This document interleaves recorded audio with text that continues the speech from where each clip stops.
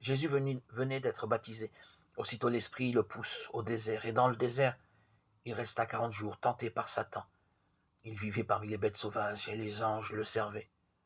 Après l'arrestation de Jean, Jésus partit pour la Galilée, proclamer l'évangile de Dieu. Il disait, les temps sont accomplis, le règne de Dieu est tout proche. Convertissez-vous et croyez à l'évangile. Marc 1, 12, 15. Dieu est quelqu'un qui aime et qui établit son alliance avec nous. C'est un Dieu de vie et non de châtiment. L'adversaire avec ses noms et apparences multiples, tentateur, diviseur,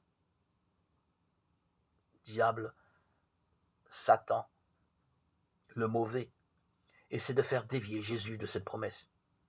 Marc nous le raconte en insistant non sur les tentations qui ne détaillent pas comme Matthieu et Luc, mais sur la présence de l'Esprit, tant dans les cieux ouverts du baptême que lorsqu'il pousse au désert.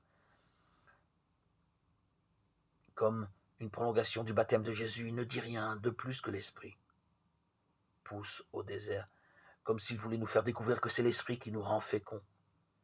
Avec lui, le désert peut devenir un lieu qui nous amène à tirer de notre intérieur le meilleur de nous-mêmes. Vivre quelques jours de désert sans bruit, sans voix, déconnecté de tout, nous fait du bien à tous. Seulement attentif comme Jésus à la poussée de l'Esprit, à son souffle qui atteint directement notre cœur, pas à la voix du tentateur.